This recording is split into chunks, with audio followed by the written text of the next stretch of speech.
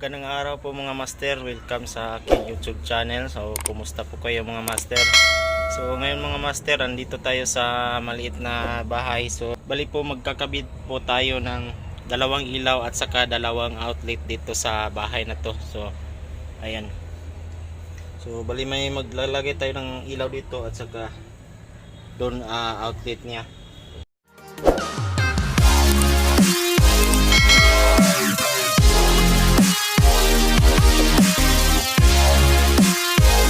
Po ito yung ating gagamitin ng master, yung ating PDX wire na number 14. So ito yung ating para supply sa ating ilaw.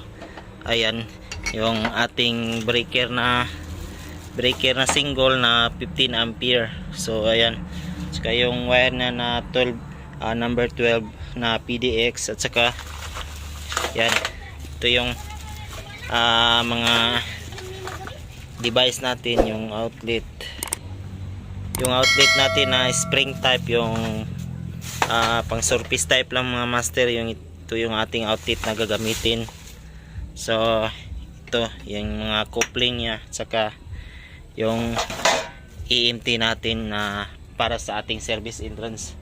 Bali po dyan po tayo maglalagay ng ating circuit breaker, tapos doon sa loob yung ating switch.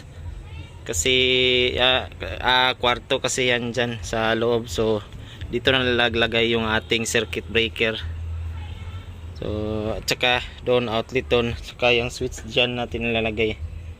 So ayan, ito yung bali yung entrance natin mga master. Yung wire natin gagamitin is ito, yung 8.0 mm na wire natin. So ayan, yung saka isa yung puti, yan yung pares nya. So yan po. So bali single breaker lang to mga master. Yung outlet natin at saka yung sa lighting natin is separate siya ng breaker, o may sarili siyang circuit. So ayan, magsimula na tayo mga master. Bali mga master, ito yung ating receptacle at saka ito yung ating PDX wire. Kailangan yung ating wire na itim is kailangan yung wire natin na dito talaga pupunta sa center ng ating receptacle sa loob ng yan, yung nasa center. Diyan natin ilalagay yung ating color black na wire. Ayan. Saka yung white nya is dito sa paligid nya. Yan yung tama talaga sa paglalagay ng receptacle mga master. So bali dyan maglalagay tayo ng isang ilaw dyan at saka sa kwarto. So receptacle yung ating ilalagay dyan. Sa paglalagay naman ng ating PDX wire mga master ay gumamit tayo ng yan. Ito yung ating staple wire. So yung number 1 na staple wire yung gagamit natin dito para maipit natin yung ating PDX wire. Yan, kagaya yan. So iipit natin sa ating PDX. Bali po mga master, ili-layout muna natin yung ating mga linyada para sa ating receptacle, para sa ating switch at saka yung ating circuit breaker. So yun muna yung ating ili-layout ngayon bago tayo mag-splice ng ating connection. So ayan master, andito tayo sa loob. So yan yung ating circuit breaker, dyan natin nilagay master. Andito tayo sa loob. So bali dito natin ilalagay yung kanyang ilaw, tsaka yung switch naman dito, yung junction box niya. So yan yung breaker natin mga master. So yan, dito natin ilalagay sa loob na lang yung ating circuit breaker. So ayan. So i-layout muna natin yung ating wire mga master bago tayo magti-terminate ng ating linya. So ayan. So yan yung wire niya. Yan, saka yung staple wire natin, yung pang ano natin sa ating PDX wire. So ayan. So bali dito mga master, dito tayo maglalagay ng junction box para bababa naman sa kanyang switch. So ayan.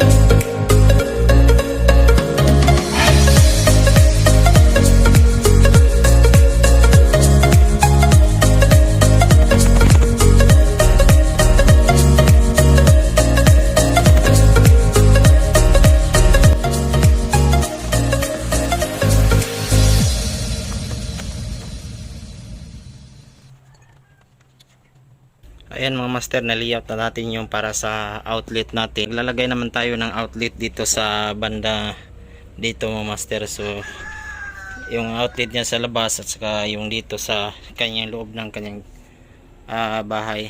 So yan, layout natin ng ano niya, outlet dyan. Saka yung breaker niya, yung service entrance natin, ilalagay na natin yung wire yan. So bali nag-ilbo lang po tayo dito mga master, kasi yung bahay niya is ano lang, maliit lang. So kaya nag-ilbo na lang tayo dyan.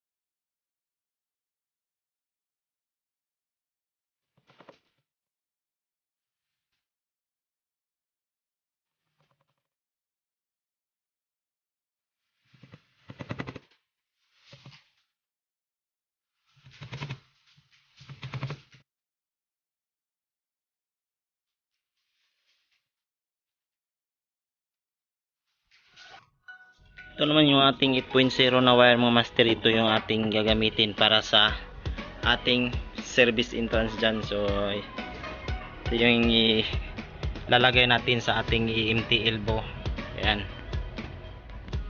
So di na tayo magko-color coding dito mga master, kasi naka-color, may iba't ibang kulay naman to, yung red natin at saka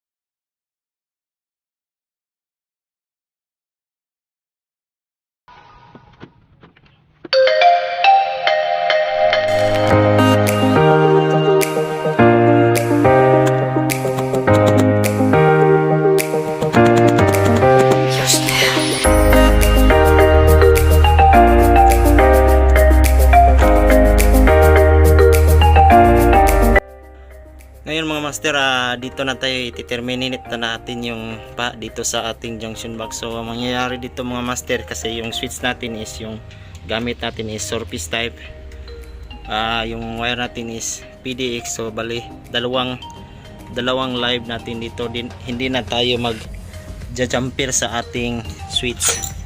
So ayan yung switch natin. So ito yung gagamitin natin dyan. So kukunin na lang natin yung jumper nya, kasi may dalawang live naman yung nakababa dito papunta sa ating switch.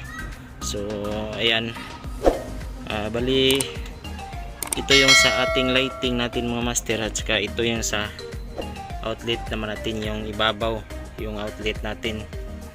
So ayan, so i-splice na natin siya yung ating dito sa ating junction box mga master. Saka susunod natin i-splice yan dyan sa ating circuit breaker.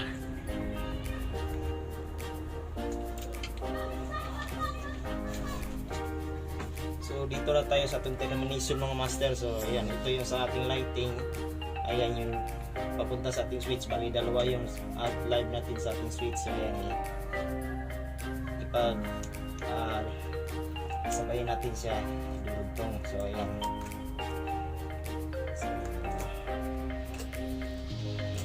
tamang ikot lang na ating splicing.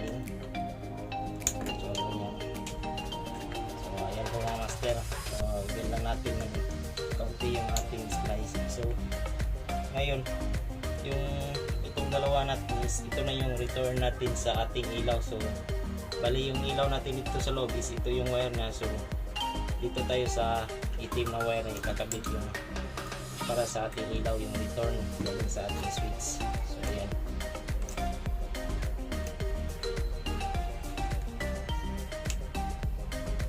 Ayan. Tapos yung return naman ng isang para sa ating switch, yung return papunta sa ating ilaw is ito yun naman yung para sa ating ilaw dun, dyan sa labas. Ayan.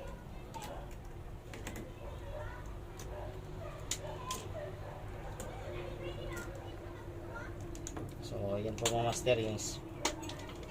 Tapos ngayon ang natira naman sa ating para sa ating lighting is yung ating neutral. So yung neutral natin galing sa breaker at saka yung sa ilaw natin dito sa loob, yung neutral niya, at saka yung ilaw natin dyan sa labas yung, so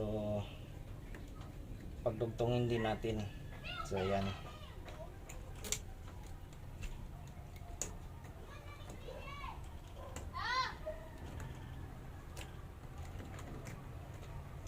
So ayan yung master, so ibin lang natin siya ng yan ganyan. So lagyan natin siya ng, balutin na natin siya ng electrical tape. So ayan.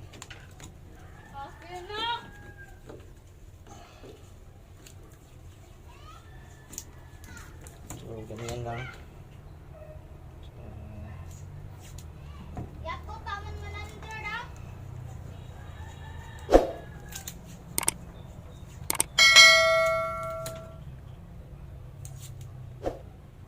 Ito yung sa ilaw.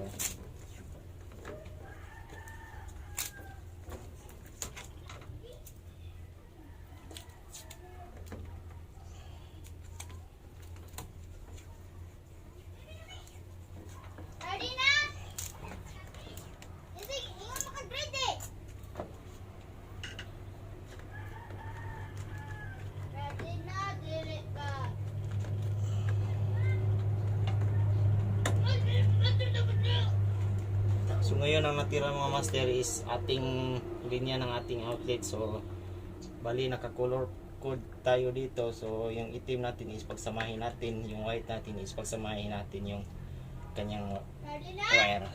Ayan.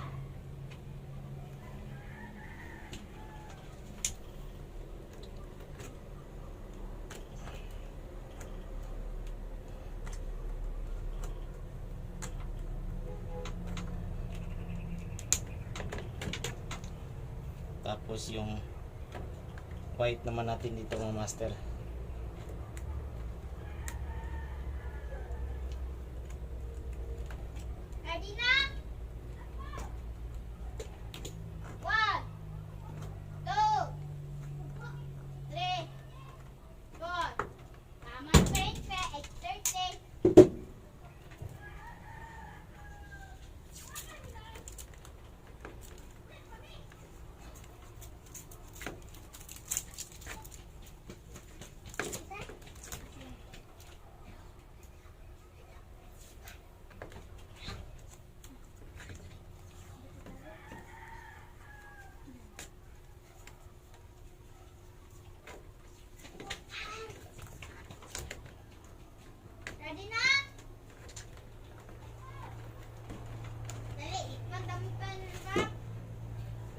So ito na po yung ating splicing dito mga master. So ngayon ilalagay muna natin.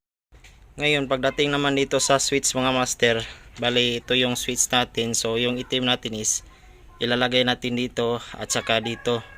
Tapos yung return naman ng ating switch papunta sa ating ilaw is dito yung isang puti natin at saka yung dito. So wala na tayong kailangan dito na jumper dito mga master kasi may kanya-kanya na siyang live dito. Yan, parang ganyan lang magkabit mga master, oh. Yan.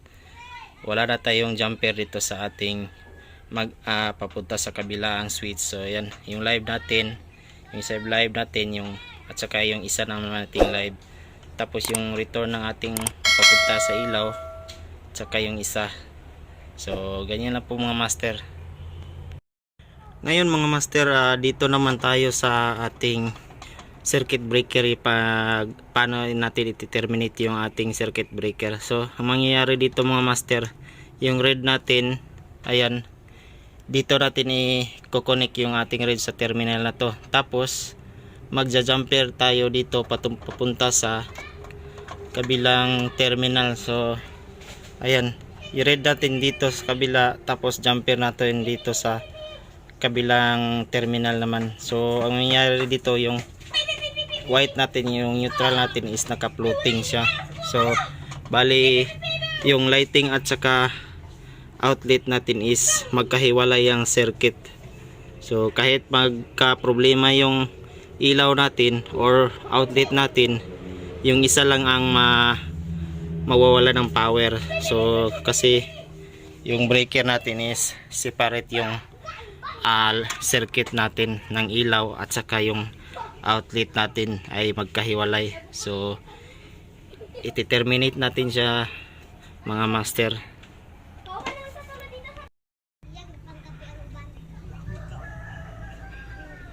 Ayun mga master, ito na yung ating termination ng ating circuit breaker. So ayan yung live natin, naka-jumper dito sa kabilang terminal. So ayan, tsaka yung lighting natin at saka outlet yung circuit niya. Tapos yung neutral is naka-floating siya. So ganyan lang po mag-splice or mag-terminate ito mga master. Ayun mga master, tapos na tayo dito sa pag-wiring. Sana ayan, lagay na natin yung lahat ng ating mga wiring dito. So ayan, sana wag niyo kalimutan i-subscribe yung YouTube channel natin mga master, at God bless. See you on my next vlog.